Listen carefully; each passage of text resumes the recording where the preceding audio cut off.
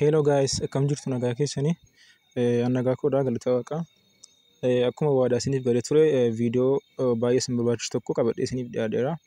Innis boonasiin alatti akkaataa ittiin yeroo gabaabaa keessatti kooyinii argattan sana baay'isuu dandeessan viidiyoodhaan isin agarsiisa amma.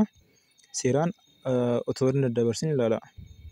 Irra caalaatti viidiyoo osoo hin taane sagalee illee dhaggeeffadha. Sagalee keessaa wanti isin fayyadu waan baay'ee waan jiruuf sagalee illee amma dhumaatti dhaggeeffadha.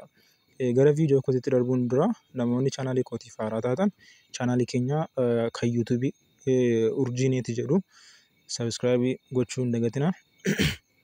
Tole gara viidiyoo keenya guyyaa irratti gaafa ceenu jalqaba irratti mee teelegiraamii keenya gaafa seennu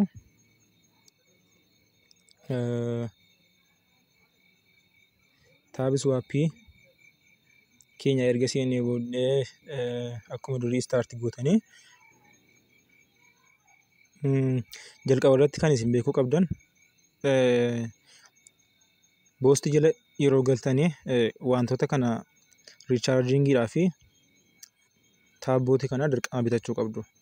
Isin fayyada jechuudha. Maltiitaabii fi inerjii yoo miiliyoona hedduu qabaattan bitadhaa. Kanaan ala garuu baay'istanii bituun amma kanatti isiniin fayyadu. Hanga argattan isinii dabala garuu immoo gatii isaa baay'ee isin jalaa gadi buusa.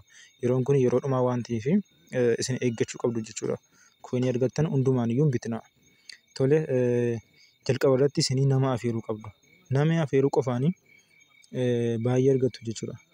Kunoo amma hanga nama 100 yoo afeertan hanga 500 akkasitti deeman natti fakkaata. Akkasidha. Kanaaf iyyuu isinii baay'inaan nama afeeruu qabdu seeraan. Gaafa nama afeertanii boonesii argattan iyyuu malee gaafa namni suni taab godhee hojjetu boonesiin kan biraan isiniif dhufa.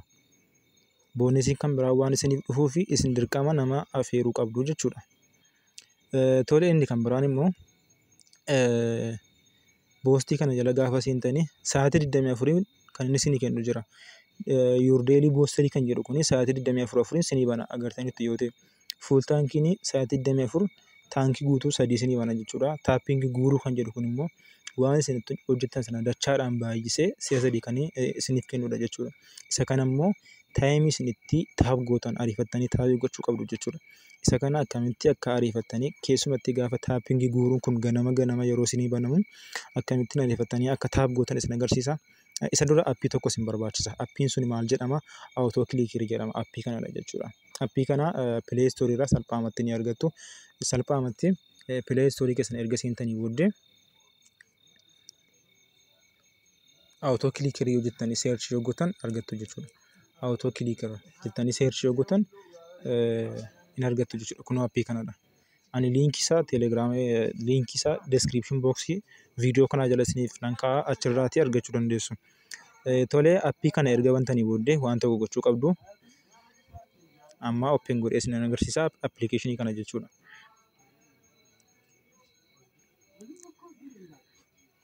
Tolee banaan jira. Amma gaafa banuu gararraatti siingil pooyintii fi maltii pooyintii kan jedhu jira.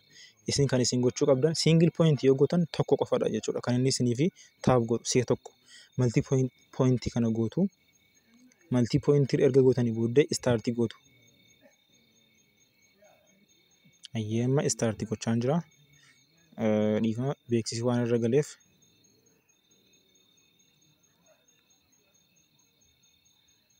Beeksisi irra galee jira. Mana irraa booddee eegnaa.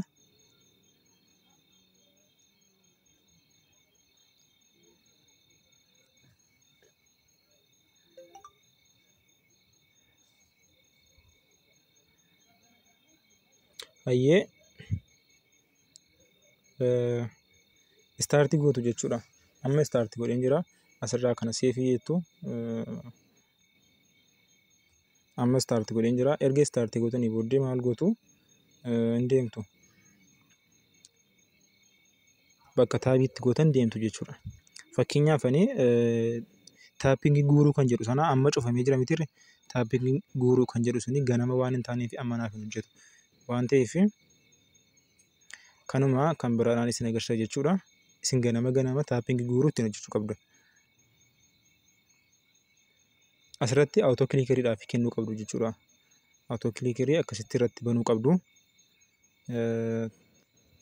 kun start godhin sorry amma single point irratti ta'e tokko qofadha jechuudha. Akkuma argaa jirtan tokkodha. Garuu maltii gaafa godhu ayyee maltii godhin jira amma. Maltii taap start. Okay, maltii ergan godhee booddee start godhattaniitu bootii keessan start gootu. Ayyee bootii keessan erga start gootanii booddee mee waliin haa ilaallu. Amma boostii keessan jalaa taappingii guuruu kana bantaniitu jennu ganamadha. Bantanii taappingii guuruu kana achi booddee asirratti waa isin gootanii pilaasii gootu asiiti. Pilaas gaafa gootan kunoo ishee tokko as godhattu.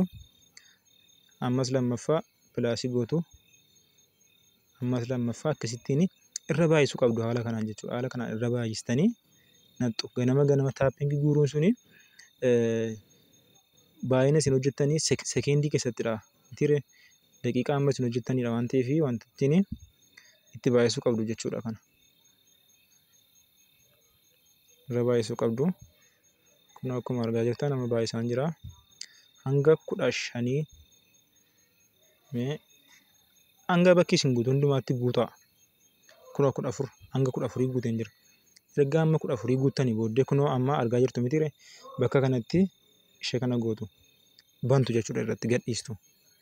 Amma ishee gaafa gadhiisu akkuma argaa jirtan fixa jechuudha amma. Kana amma dafee fixa.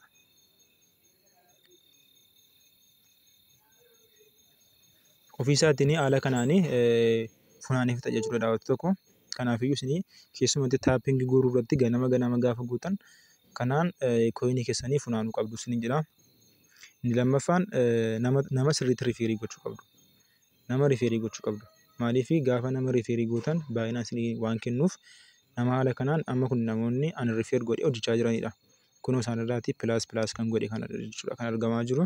Kanaafiyyuu isinis nama afeertanii boonisii guddaa irraa argachuu dandeessu isin jedha daawwattu tokko.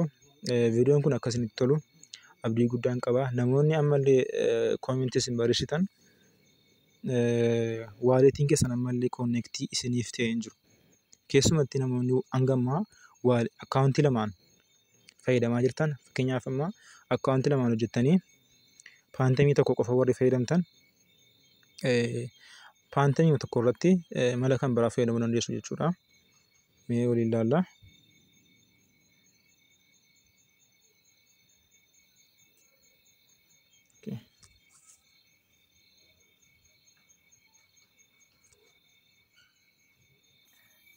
Paantamiin yeroo kanatti naaf hojjechaa waan jiruu fi appilikeeshinoonni kan biraan hin jiru. Kan ittiin waaleetii koonnektii gootanii jechuudha. Keessumatti namoonni akkaawuntii lamaan hojjechaa jirtan viidiyoo kan biraa akkaataa ittiin akkaawuntii lamaanuu appilikeeshinii tokko irratti koonnektii gochuu dandeessan viidiyoodhaan qabadhee isiniif nan dhiyaadha. Akka isinitti tolu abdii guddaan qaba. Akkasumallee kan biraan namoonni fiisifooniin isin didde fayyadamuu dandeessu. VPN kan barbaadan fayyadamuu dandeessu. Kan biyyoota garaagaraa jechuudha. Jijjiiramaa waan deemuu fi guyyaa guyyaan illee jijjiiraati ilaala. Anis hanga danda'ametti wanti haaraan gaafa jiru isiniin beeksisa waan ta'eef isinis jijjiiraati ilaalaa isin jedha daawwattu tokko. Yoo isinitti tole viidiyoo kana laayik godhaa. Hiriyoota keessan biraa akka bira gahuufis viidiyoo kana sheer gochuu hin dagatinaa. Baay'ee galatoomaa. Baay'ee.